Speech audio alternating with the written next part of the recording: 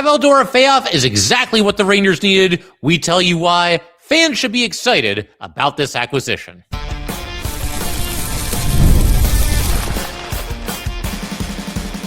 You're Locked on the New York Rangers, your daily podcast on the New York Rangers.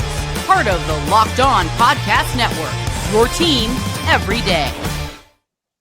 Welcome back, Blue Shirts fans, to episode number 1602 of the Locked On New York Rangers podcast. I'm your host, John Chick. Today's episode of Locked On New York Rangers is brought to you by FanDuel. Join all the action at FanDuel.com to play daily dingers and make your free pick on who is hitting a home run this MLB season.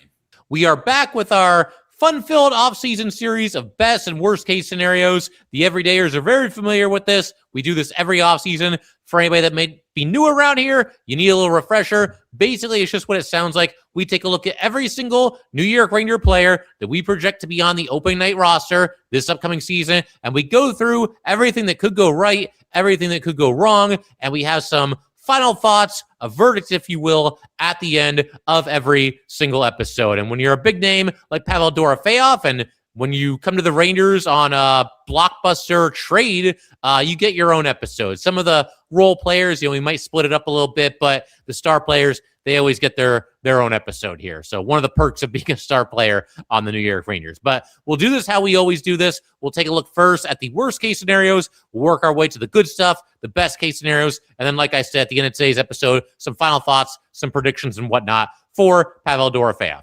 We begin with worst case scenarios. And I knew that this one was going to be at the top of the list as soon as I had the idea to, do a Dorofeyev episode here today.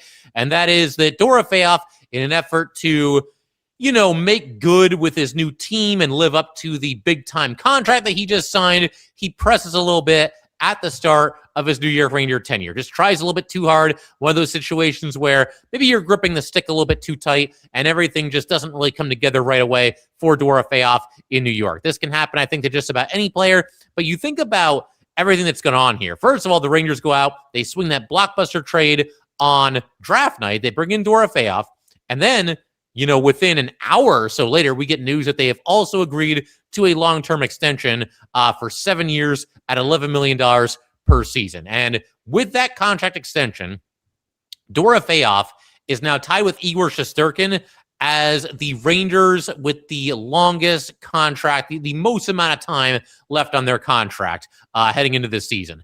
Both Dorofeyev and Igor Shesterkin have contracts that expire in 2033. And in case you're wondering, the two next closest would be Gavrikov and Lafreniere. Their contracts both expire in 2032, one season before Dorofeyev and Igor. And with Dorofeyev, on top of everything that I just said, his contract is also now the second most expensive on the New York Rangers. He's getting $11 million per season.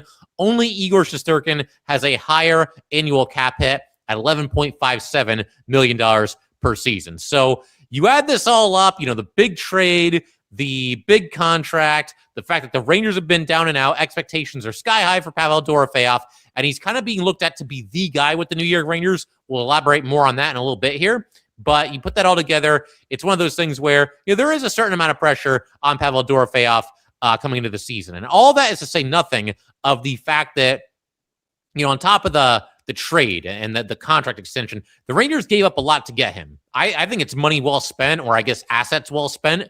2 first-round picks and a third-round pick to bring in Dorofeyev. But again, all this kind of puts the player, whether it's Dorofeyev or anybody else, in a position where it's like, okay, this player needs to go out and kind of justify, the big contract and the Rangers giving up what they did in a trade, to bring him here.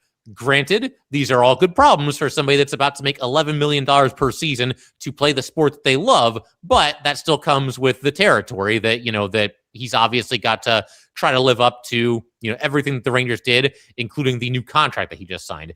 I think also in a worst case scenario, Pavel Dorofeyev ends up on a line with JT Miller and Oliver Bjorkstrand. Now, this is not a knock on either one of those two players. Let me make that perfectly clear right off the bat here.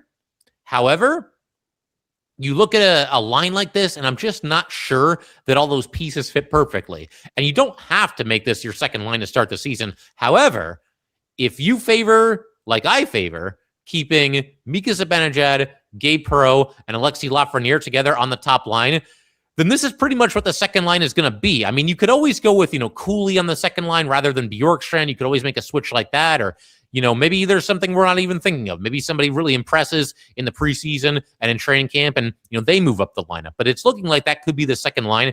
And the reason that it's a little bit of a downside kind of situation for me is because a little bit of redundancy with Bjorkstrand and Dorofeyev. The two of them are kind of shoot first guys. Dorofeyev more so than Bjorkstrand, but they're two guys that can really let it rip.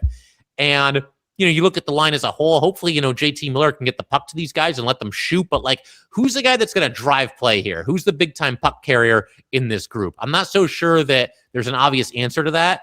And when you look at the lay of the land, and you look at potential, good matches for Pavel Dorofeyev, I almost think that the three guys that right now would seem to be on the top line, Mika Zibanejad, Alexis Lafreniere, and Gabe Perreault, I almost think that any of them might be a better fit to play with Dorofeyev than either Miller or Bjorkstrand. Those guys are great passers. They could set him up. They obviously, see the ice very well. All of them can kind of drive the play.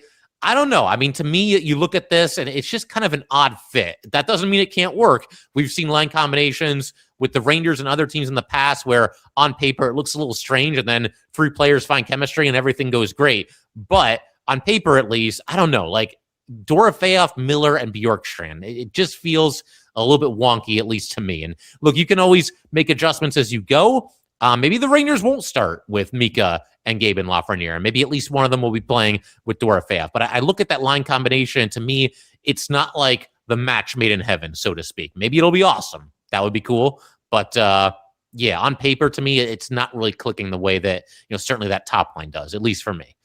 I think also in a worst case scenario for Dorofeyev, more physicality by playing in the Metro Division has an effect on him. We did a crossover with Tony from Locked On Golden Knights, and he obviously does a great job with his show, and we were breaking down this trade from just about every single angle. But one of the things that Tony mentioned that I hadn't really thought of that much is that the Metro tends to be a more physical division than the Pacific. Now, talking to Tony, it doesn't sound like Dorofeyev is somebody who shies away from this kind of stuff or somebody that's going to be overwhelmed by it or the dread S word, he's soft or anything like that. But when you look at the two divisions, the more physical of the two is the Metro. You look at Dorofeyev in his career, only 76 hits in 231 games, which is fine. That's not obviously part of his game. That's not why the Rangers brought him over here. But this is a more physical division. And that's not to say that emotions can't ever run high in the Pacific Division. They certainly do. But you look at the Metro Division, all those teams hate each other, man. And all the fan bases hate each other too. There's a lot of animosity. I feel like the Blue Jackets are the one team in the Metro that isn't really despised by every other team and every other fan base. But you're a Ranger fan, you can't stand the Penguins. You can't stand the Islanders. You can't stand the Devils, the Flyers, certainly the Caps. There's no love lost there. The Canes, they just won the Cup. I think I just mentioned everybody. I mean, those are ugly, nasty games. And I just hope that Dorofeyev is not affected in an adverse way by playing in games like this where everybody is seemingly out there for blood. So hopefully he'll be all good to go with that. In just a minute, we're going to keep everything rolling, shift our attention to the best case scenarios for Pavel Dorofeyev for this upcoming season. We will do that in just a second.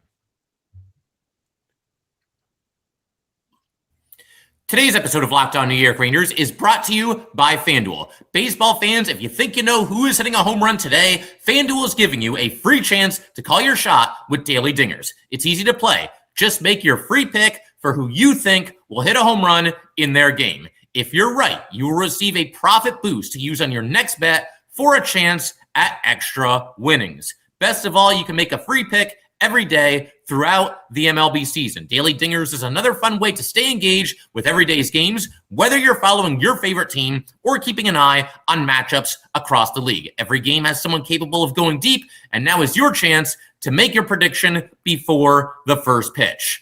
One of the best parts of baseball is that every day brings fresh matchups and new storylines. Daily Dingers gives you another reason to pay attention before that first pitch. So are you ready to play your game today? Join all the action at FanDuel.com. That's FanDuel.com to play Daily Dingers and make your free pick on who is hitting a home run. Play ball and swing for the fences on FanDuel, an official partner of MLB.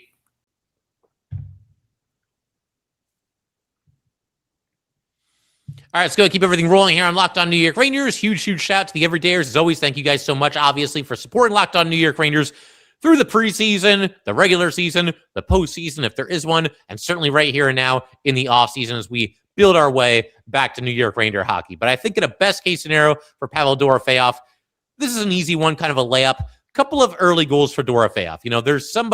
This is somebody that has been brought in here to score goals.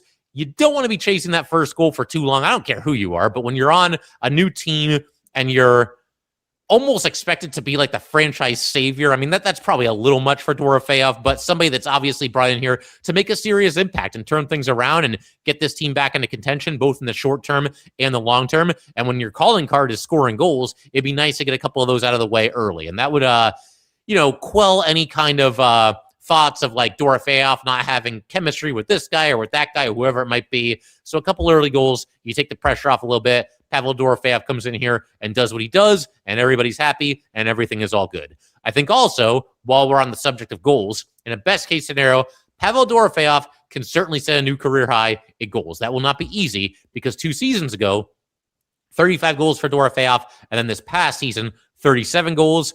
And what helped him, at least a little bit, I mean, this is not like a huge thing, but he played in all 82 games of both of those seasons. So obviously, he got every opportunity to score as many goals as possible. The reason why I think it's at least possible that he ends up scoring, setting a new career high, first of all, just his trajectory. I mean, he becomes a better and better player with every single passing season. So there's certainly that to consider here. But also the fact that he is joining an elite New York Ranger power play unit. Yes, I really said that. The Rangers had something about them last season that was elite. I believe number 5 in the NHL, if I'm not mistaken, in success rate on the power play. And every time I mention that, I also have to mention this. That included them going like 0 for 30 when they had the 5-forward power play that just clearly does not work. So you take that away, which is cheating, admittedly, but if you take that away, they're probably even higher up there as far as the power play is concerned. Now you add Dorofeyev to that bunch, that you got to figure that can only help, and guys are going to be feeding him the puck and looking to get him some good shots on the net. And I mean, you do that, and the sky's the limit as far as how many goals Pavel Dorofeyev can score this upcoming season. I think also in a best-case scenario, Pavel Dorofeyev becomes the guy for the New York Rangers. This is a role that Dorofeyev didn't really need to play. I mean, he was an excellent player with Vegas, don't get me wrong. But when you look at the Vegas Golden Knights and you think, okay, who are the big-time offensive threats? Who are the dangerous players? You're probably thinking Eichel and Marner right off the bat. And Mark Stone isn't the player that he used to be, and we've made some jokes at his expense on here as far as like how he magically gets healthy for the first game of the playoffs every single season. But the guy's a heck of a player, and he's obviously been leading the way for Vegas for a very long time. So, Dorofeyev is almost, I mean, I don't want to say like in a complimentary role because that makes it sound like he's just some random third liner, but you know what I mean. He doesn't have to be the guy with Vegas. With the Rangers, I mean, you look at the lay of the land, they don't really have a player right now, at least among the forwards, who is like truly the guy. They're in a spot where like it's sort of up for grabs. You look at Mika Zibanejad. Is he still the guy? He had an excellent bounce back season this past year. He is getting a little bit older. Can he have the kind of season this year that he just had this past season? That's certainly something that could happen. Is JT Miller the guy, right? Like he's the captain, of course, but coming off of one of his worst seasons in a very long time. Is it all down to injury? Now that he's healed, can JT Miller go right back to being that player and that guy? And can he be the guy leading the way for the Rangers? It's possible. Is it one of the young guys? Is it Gabe Perreault? Is Gabe Perreault really going to take the bull by the horns this upcoming season and really establish himself that, yeah, I'm going to be a big-time player in this league? We saw flashes of it this past season. We even saw it pretty consistently down the stretch for the Rangers. But is he ready at his young age, only going into what is, for all intents and purposes, his second season? Is he ready to be the guy? Alexis Lafreniere, I mean, your guess is as good as mine as far as what comes next for Alexis Lafreniere. He's one of the most difficult players on this roster to figure out. He's one of the most difficult players on this roster to have any kind of a projection as far as what he's going to do next. You give up on him and he does well. You expect him to take that next step and he struggles. So, it is what it is with Lafreniere. I mean, he's at least in the conversation. But all this is to say, once again, that like being the guy, so to speak, for the New York Rangers, it's up for grabs. There's a couple of different players that, could be that guy. And Dorofeyev, I mean, is he going to be the guy that truly strikes fear into the hearts of the opposing team. Certainly with his shot, but with his all-around game as well. Can Dorofeyev be the guy for the New York Rangers? In a best-case scenario, he hits the ground running. He kind of plants his flag, so to speak, and says, yeah, I'm the guy for the New York Rangers moving forward. I think also in a best-case scenario, Dorofeyev continues his ascent. Again, goes back to what I said a minute ago. He gets better and better with every passing season, and he becomes underpaid. Now, on paper, you see that this guy, 7 years, $11 million. How's he going to be underpaid, right? This is a conversation we've had on Locked On Rangers multiple times. The way the cap continues to rise and the way that these teams continue to shell out these big contracts for a crazy amount of money to some of these players, and the way that teams can always kind of like counter the big contracts with some league minimum contracts. You know, you sign guys for cheap to kind of balance out your roster a little bit, those role player type guys. But it's not as crazy as it sounds. It'll take a couple of years for us to really look at Dorofeyev as being underpaid because he does have such a big contract at $11 million per season. But think back to like Vincent Trocheck, right? When the Rangers signed him, $5.65 million per season for, I think it was 7 years, right? And a lot of Ranger fans at that time were looking at that contract and thinking, man, that's way too expensive for Vincent Trocheck. And I didn't agree with that. I thought that was like a really good contract to sign Vincent Trocheck to. But as time goes on, all of a sudden the salary cap goes up, these contracts get bigger, doesn't look so bad. And by the end, even me who was pro trading Vincent Trocheck, I have to admit, that contract was a bargain. Even somebody like Mika Zibanejad, we talked about this when we did, this best and worst case scenarios on Mika Zibanejad. For a while there, $8.5 million, it's like, okay, it's rich, but, Mika is a heck of a center. And then he started falling off, and it's like, oh my God, this is a disaster, an albatross of a contract. And then he bounces back this past season. You get the salary cap continuing to rise. All of a sudden, Mika Zibanejad at $8.5 million per season, that doesn't look so bad either. It's a little bit of a bargain. This is going to continue. Adam Fox is another great example, $9.5 million. Bo Byram is getting $12.5 million after this upcoming season. His extension will kick in. He'll be at 12.5.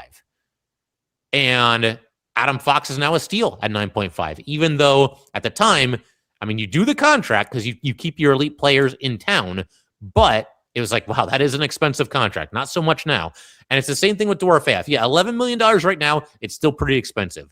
You go another 2, 3, 4 years, and the cap keeps going up, and these contracts keep getting more and more expensive, and Dorofeyev continues his rise, his ascent as he has done. Yeah, he could be an actual underpaid player, which sounds crazy, but keep in mind, I just named 3 players on the Rangers: Trocheck, Mika, maybe Mika. I'm not going to say for sure. Trocheck for sure, maybe Mika, Fox for sure, all steals at their cap hit. That's how it eventually turned out due to all the factors that I just mentioned.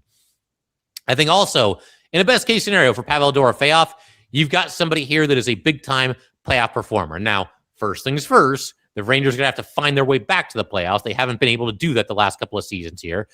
President's Trophy to out of the playoffs to third to last in the NHL. You guys know the story. Right now, I've got the Rangers as kind of like a borderline playoff team. It would not shock me if they got in, but I'm a little bit less than 50-50 as far as them getting in.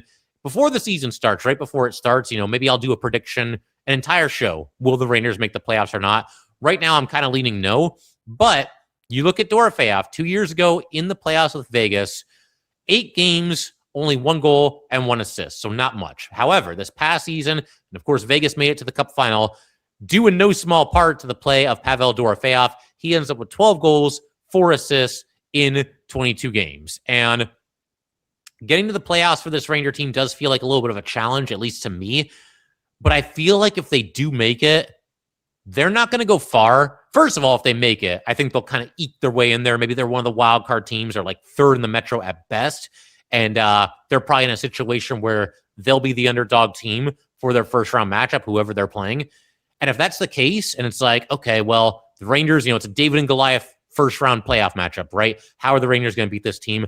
I don't think it happens unless Pavel Dorofeyev is on a heater, unless he's scoring goals at the clip that he did with Vegas during this past run in the Stanley Cup playoffs. If that's not happening, then your chances of scoring, a pretty significant first round upset, they probably go up in smoke. So hopefully Dorofeyev is at his best when he needs to be, and that would be the playoffs for the Rangers. Again, of course, they got to get there first, but if they do, he's got to be the man for the New York Rangers. And in the best case scenario, that will be the case. So in just a minute, we'll wrap up today's episode, some final thoughts, a verdict, maybe a couple predictions on Pavel Dorofeyev for this upcoming season, and we will get to that in just a second.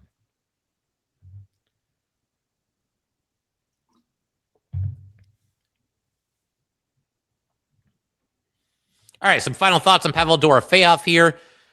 Look, they brought this guy in to put the puck in the net, plain and simple. And you hope that he can contribute in other areas as well, but that's his bread and butter. That's what he was brought here to do. I'm very bullish on Dorofeyev and his ability to continue to score goals at a high clip because he's gotten better and better with every passing season. One thing that I certainly hope does not happen, and this goes for Dorofeyev especially, but really the entire Ranger team, bad puck luck. I'm certainly not going to blame the majority of last season on any kind of luck when it comes to the New York Rangers. However, if you go back to the start of the season, you go back to October into November there, the Rangers did go through a stretch where they could not buy a goal. There were a couple of different games where they got goalied. There were a couple of different games where, maybe a shot off the post, whatever it might be. One way or another, the puck was just staying out of the net. And certain random goalies would turn into, prime Dominik Hasek. I hope that doesn't happen for Dorofeyev because it goes back to what we were talking about in the last section, a best case scenario of Dorofeyev, scoring some goals early in the season. Rangers had miserable puck luck at the start of last season. Hopefully Dorofeyev has such a good shot that he can basically just say, I got your puck luck right here kind of thing, right? And just beat the goalie clean. But man, I mean, you just don't want to see that at the start of this upcoming season. That was rough. The Rangers, as bad as they were last year, early in the season, they lost some games that they deserved to win. And with Dorofeyev, you hope that, and really the entire team, that they're not snake bitten at the start of the season, that the bad puck luck out of the gates does not replicate itself this upcoming season. I mentioned this a second ago, but I think Dorofeyev, somebody that could certainly use a fast start. And of course, every player in the NHL, every player at any level of hockey wants to get off to a good start. But every season, we do this on Locked On New York Rangers. We take a look at the roster and what's next for certain players on this team. And okay, who could really use a big time start to this upcoming season? Lafreniere's been on this list a couple of times. The one year he actually got it, the year that he was with Panarin and Trocheck. Mika Zibanejad was on this list this past season, and he actually got it, the resurgence that he had this past year. Capo Caco, I think, was on this list about every single season he was on the New York Rangers, and, obviously it just didn't really work out for him here. But I think right now, Dorofeyev, given the fact that he is new to this team, there are such high expectations. He's trying to live up to that contract. The Rangers desperately need goals. The Rangers are offensively challenged. It all adds up to Pavel Dorofeyev, maybe more so than anybody on the Rangers, other than JT Miller, I would say, because Miller's got a lot to prove this upcoming season after what was a disastrous last season. But other than Miller, I would think Dorofeyev could probably use a fast start as much or more as anybody on this New York Ranger team. We'll see how it goes, but I would love to see Dorofeyev score a couple goals out of the starting blocks. Maybe he gets a game winner or two, a clutch goal late in a game, an overtime winner, whatever it might be. But it's just one of those kinds of situations where he scores a goal or two that's kind of like, okay, we're off and running with Pavel Dorofeyev. We're going to have some fun, and this is going to be a fun player to cheer for the next 7 seasons here. But the bottom line, Dorofeyev, his importance, it's almost impossible to overstate it. When you have a team that struggled for offense as badly as the Rangers did this past season, and that's just the way it's going to go. It's not just Dorofeyev, but you look at this upcoming season too, and you see a team that I think its biggest issue is still going to be the offense or potential lack thereof. And anytime you get into a situation like that, where there's a team that might have an issue putting the puck in the net, you're going to look to your top guys more so than you otherwise would. Obviously, you want your best players to be your best players, but when you've got a Ranger team that's lacking in scoring depth, or seems to be lacking in scoring depth, you're going to look at Mika Zibanejad to lead the way, and JT Miller, and Adam Fox, and Lafreniere. Probably Gabe Perreault is graduating into that class. And certainly Pavel Dorofeyev. And with Dorofeyev, it's even bigger because, again, the big contract, the trade, and the fact that not just offense, he specifically is here to be the guy that actually scores goals. So there's a lot riding on him, short-term and long-term. It's funny because you can put him into a very select category of former New York Rangers, guys that were brought into this team to basically be the man. I wrote down a couple names here. You've got Messier, you got Yager, you got Nash, you got Gaborik, and you've got Panarin. All vastly different players, all of whom had at least some success here with the Rangers. Of course, Messier, the only cup winner as a member of the New York Rangers. But all those guys, what they have in common is they were brought into the New York Rangers to be the guy that was going to lead the charge, the guy that was going to be one of the leaders of the team. Messier and Jágr, of course, wore the C for the New York Rangers. And I think everybody else at least wore an A at one time or another. But these are guys that were going to turn things around. You were going to count on them for offense. And again, all of them had at least some success here. Pavel Dorofeyev, in a way, is kind of like the newest player into this bunch, because I think sooner or later, Ranger fans are going to want him to be about the best player on this Ranger team, or at least the guy that's the best goal scorer, the best pure goal scorer on this New York Ranger team. And I hope he lives up to it.